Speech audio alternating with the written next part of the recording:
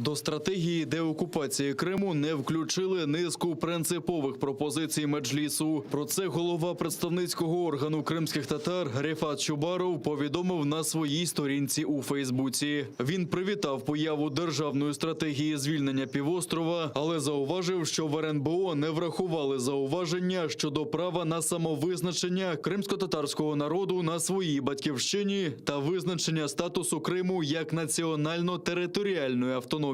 Секретар РНБО Олексій Данілов лише пообіцяв, що всі пропозиції Меджлісу опрацює Кабінет міністрів при розробці плану реалізації стратегії деокупації Криму.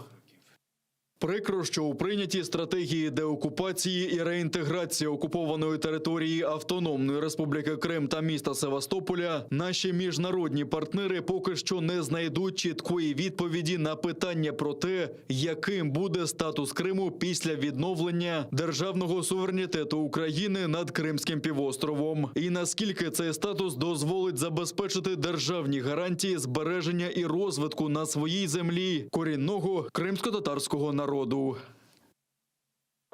Відкрита частина плану ще не опублікована, але міністр закордонних справ Дмитро Кулеба називає стратегію чітким сигналом до західних партнерів. А керівник Центру журналістських розслідувань Валентина Цамар вважає документ важливим кроком, але який потребує доопрацювання.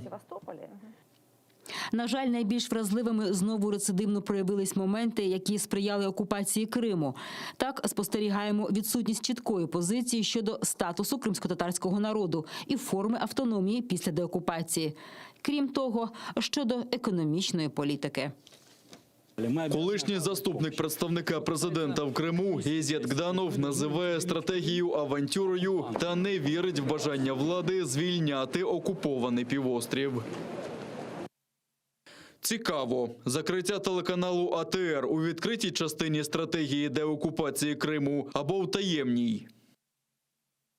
Очільник Інституту стратегічних чорноморських досліджень Андрій Клименко закликав читати план між рядків і дивується, чому документ розробили тільки на 8-му році війни. Тої ж думки заступниця постійного представника президента в Криму Таміла Ташева.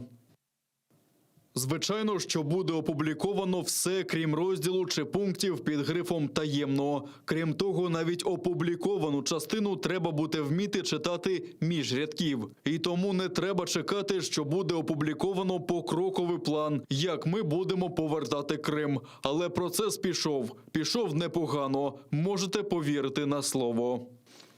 Мені досі цікаво, чому не підписувався в попередні роки указ по Дню спротиву 26 лютого. Не було створено Кримську платформу та розвиток та підтримку кримсько-татарської мови. Не було затверджено публічної стратегії деокупації Автономної Республіки Крим та міста Севастополя. Прокуратура Автономної Республіки Крим і Севастополя почала кримінальне провадження за фактом облави окупантів у свідків Єгови в Ялті. Справу відкрито за фактом порушення недоторканності житла, бо незаконні обшуки відбулися щонайменше в 9 оселях членів цієї релігійної організації. За це передбачено покарання у вигляді позбавлення волі терміном до 5 років. Одного з затриманих окупанти звинуватили у фінансуванні екстремістської діяльності. Буцімто чоловік збирав кошти для свідків Єгови.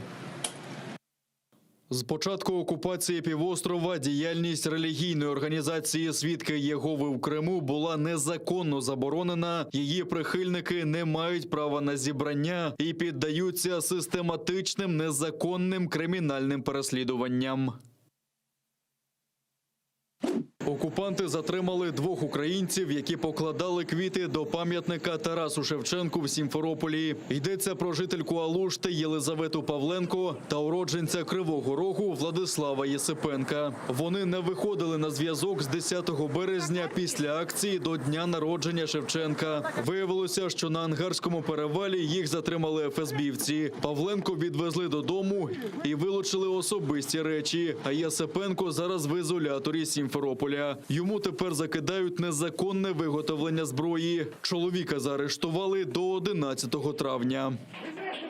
Одного українського воїна поранено на Східному фронті. Це сталося поблизу Новозванівки на Луганщині, де окупанти відкривали вогонь з гранатометів різних систем та стрілецької зброї. Боєць об'єднаних сил дістав уламкове поранення. Він у задовільному стані та був терміново ушпиталений, кажуть у штабі операції. Крім того, ворог відкривав вогонь поблизу Пісків, Талаківки та Пищевика. На всі ворожі обстріли українські військові відповідали вогнем. А за даними розвідки, окупанти проводять посилені злагодження під наглядом московського командування. Зокрема, цього тижня противником проведено командно-штабні тренування з проведенням у вищій ступені бойової готовності з'єднань і частин 1-го та 2-го армійських корпусів. У ході тренувань особливу увагу було приділено організації взаємодії між органами військового управління армійських корпусів та об'єднаних тактичних формувань інших силових структур російських окупаційних адміністрацій.